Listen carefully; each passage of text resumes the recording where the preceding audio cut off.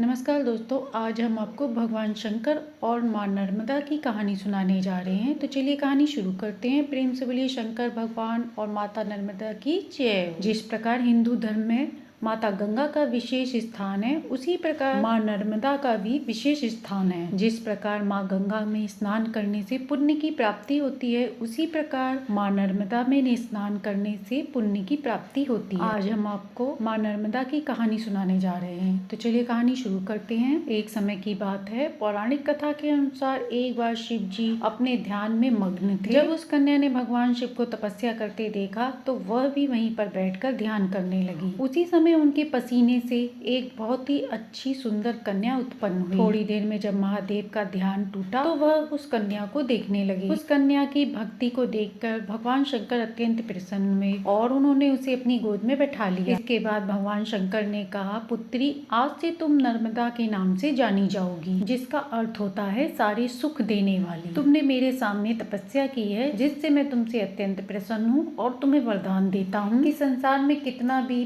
प्रलय आए, तुम्हारा नाश कभी नहीं होगा और जो कोई भी व्यक्ति तुम्हारे दर्शन करेगा उसका कल्याण होगा और तुम विश्व भर में एक पाप नाशनी नदी के नाम से जानी जाओगी। तुम्हारे दर पर जो पत्थर पाए जाएंगे वे नर्मदा के नाम से जाने जाएंगे। उस नर्मदेश्वर शिवलिंग को बिना प्राण प्रतिष्ठा के भक्त पूज सकेंगे और तुम्हारे तट पर शिव माता पार्वती के साथ सभी देवता गणों का निवास होगा। और पुत्री, तुम संसार में एक ऐसी इकलौती नदी होगी जिसकी लोग परिक्रमा करेंगे और जल का सबसे शक्तिशाली पीठ मगरमच्छ तुम्हारी सवारी होगा। माँ नर्मदा का जन्म मैखल पर्वत पर हुआ था। इसी वजह से वह मैखल राज की पुत्री कहलाई गयी। धीरे धीरे समय बीतता गया और माता नर्मदा विवाह योग्य हो गयी। तब उनके पिता को उनकी विवाह की चिंता सताने लगी और वह माता नर्मदा के लिए योग्य वर की तलाश करने लगे। माता नर्मदा एक अलौकिक कन्या थी, इसलिए उनके लिए वर भी एक अलौकिक तरह का चाहिए था। अतः उन्होंने इस बात की घोषणा करते हुए कहा, मेरी पुत्री नर्मदा के लिए मुझे एक योग्य वर की तलाश है। जो राजकुमार बुल्बकावली के दुर्लभ फूल मेरे समक्ष लेकर आएगा, उसी से अपनी पुत्री नर्मदा का विवाह करूंगा। राजा के द्वारा रखी गई ये बहुत ही कठिन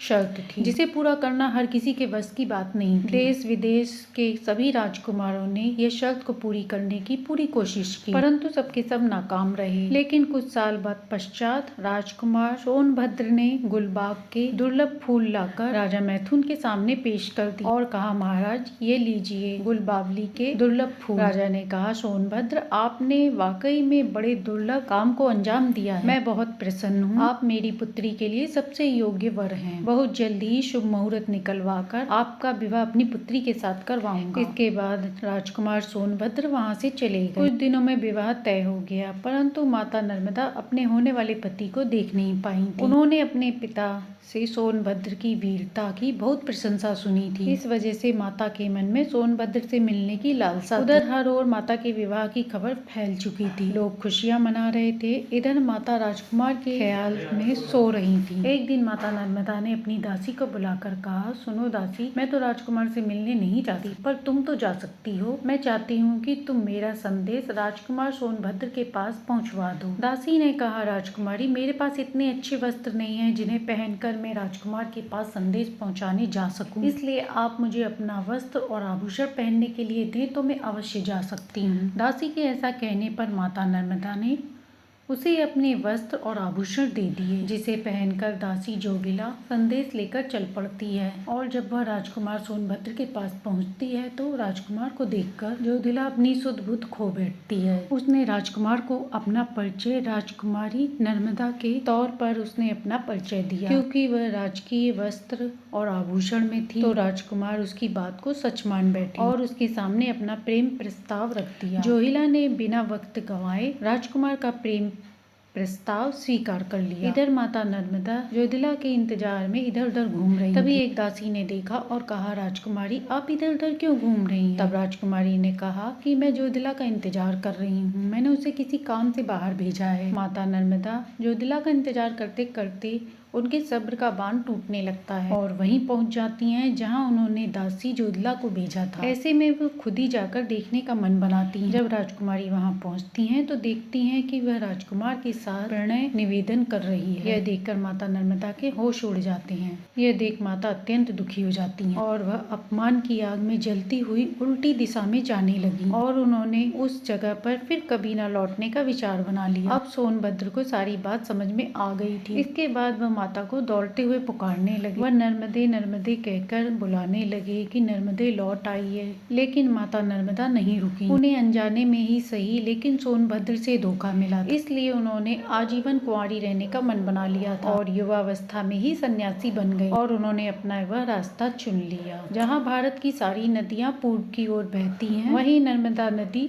पश्चिम दिशा की ओर बहती हैं। रास्ते में कितने ही जंगल और पहाड़ आए पर माता ने अपना रास्ता नहीं बदला और वह आगे बढ़ती चली गईं। कहा जाता है कि आज भी माता नर्मदा की परिक्रमा में कहीं कहीं माता की करुणा पुकार सुनाई देती है और कहा जाता है माता नर्मदा के दर्शन मात्र से ही सारे पाप धुल जाते हैं। तो ये थी माता नर्मदा की कहानी, जिसे सुनने से शिव जी की विशेष कृपा प्राप्त होती है। कहानी अच्छी लगी हो तो लाइक एंड सब्सक्राइब करें। अब सुनते हैं दूसरी कहानी, माँ नर्मदा और माँ गंगा की कहानी। हमारे देश में सभी नदियाँ पूजनीय और श्रेष्ठ मानी जाती है। उनमें से जो नदियाँ सीधे समुद्र में जाकर मिलती हैं वे नदियाँ श्रेष्ठ हैं और उनमें से भी 4 सर्वश्रेष्ठ मानी गई हैं, गंगा, यमुना, सरस्वती एवं नर्मदा। नर्मदा जी ने अपनी योग्यता के प्रथम श्रेणी में स्थान प्राप्त कर लिया, किंतु वे चाहती कि प्रथम श्रेणी में भी मुझे ही सर्वप्रथम माना जाए और यह संभव तपस्या के द्वारा ही हो सकता था और इसे लोक पिता ब्रह्मा ही दे सकते थे। इसके लिए माता नर्मदा ने घोर तपस्या प्रारंभ कर दी, जिससे ब्रह्मा जी प्रसन्न हुए और उन्हें वरदान मांगने को कहा। तब नर्मदा जी ने विनम्रता से कहा कि मुझे गंगा के समान सर्वश्रेष्ठ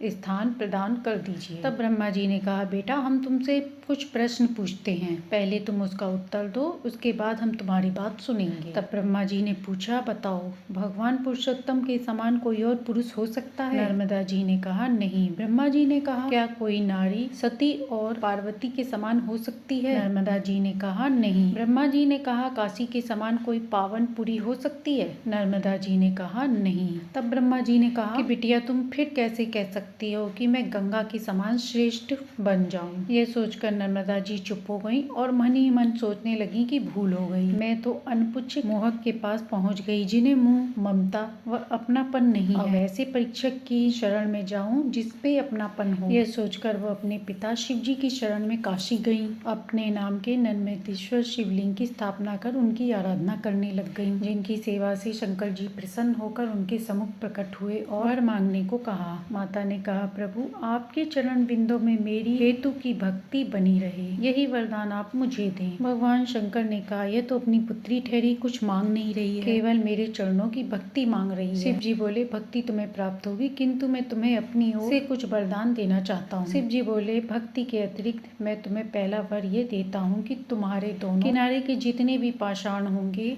वे सब मेरे स्वरूप ही शिवलिंग समझे जाएंगे। दूसरा वरदान यह देता हूँ कि यमुना, गंगा, सरस्वती और तुम 4 श्रेष्ठ में तुम इन चारों में सर्वश्रेष्ठ समझी जाओगी। नर्मदा जी ने बात पक्की करने के लिए पूछा, वो कैसे जाना जाएगा भगवान? शिव जी बोले, गंगा स्नान से तुरंत निष्पाप हो जाओगे। यमुना जी के किनारे 7 दिन रहो, स्नान पूजन करो, तब निष्पाप होंगे। सरस्वती के किनारे 3 दिन रहो, तब निष्पाप, किंतु नर्मदा तुम्हारे दर्शन मात्र से ही प्राणी निष्पाप हो जाएंगे। इसके अतिरिक्त तुम्हारे स्थापित नर्मदेश्वर शिवलिंग की काशी में दर्शन करके पापी निष्पाप हो जाएंगे। इसके बाद नर्मदा जी इन वरदानों को प्राप्त कर काशी से अपने विंध्य प्रदेश में चली गईं। इसके अलावा नर्मदा जी की अन्य विशेषताओं, नर्मदा जी आदि से अंत तक पहाड़ों में ही होकर बही हैं, इसलिए स्वराज से कोई नहर नहीं निकली। हालांकि अब बांध बन रहे हैं। नंबर 2, नर्मदा जी उल्टी दिशा में बही, पूर्व से पश्चिम की ओर। नंबर 3, जितने तीर्थ नर्मदा तट पर स्थित हैं, उतने तीर्थ नदी के किसी भी तट पर नहीं है। यहाँ का हर एक पत्थर शंकर जी हैं। नंबर 4, जितने पक्के घाट नर्मदा नदी पर हैं, उतने पक्के घाट किसी भी नदी पर नहीं है। नंबर 5, जितने घने जंगल